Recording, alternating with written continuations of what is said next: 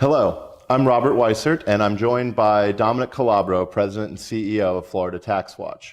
We're here to talk about the Supreme Court decision on South Dakota versus Wayfair, which came out on the morning of June 21st and allows states to collect the sales tax on businesses that have no physical presence in the state, but do a significant amount of business in the state. Florida is exactly one of these states.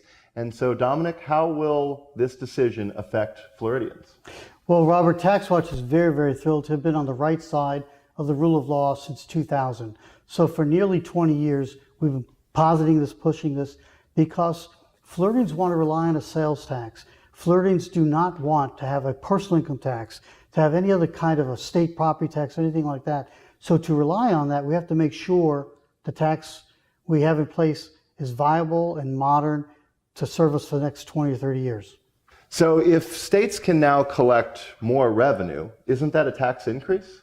It's not, because it's actually requiring us to collect the revenue liability that's lawfully owed.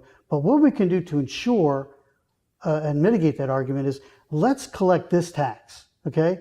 Which, if we don't collect, is hurting thousands, if not tens or hundreds of thousands of retail jobs in Florida. Let's collect that and use those hundreds of millions of dollars, possibly billions of dollars, and pay off a tax that is harmful, such as the business rent tax. So how does the ruling in South Dakota v. Wayfair tie into Florida TaxWatch's work?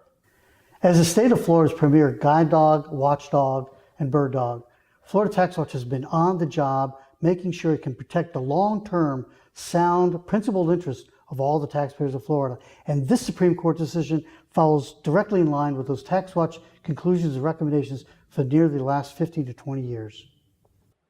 So clearly today's Supreme Court ruling builds on many years of TaxWatch work on this issue, but there's much more work to be done. Florida TaxWatch will remain on top of this as the legislature moves forward with today's Supreme Court ruling, and will continue to look out for all Florida taxpayers. Thank you.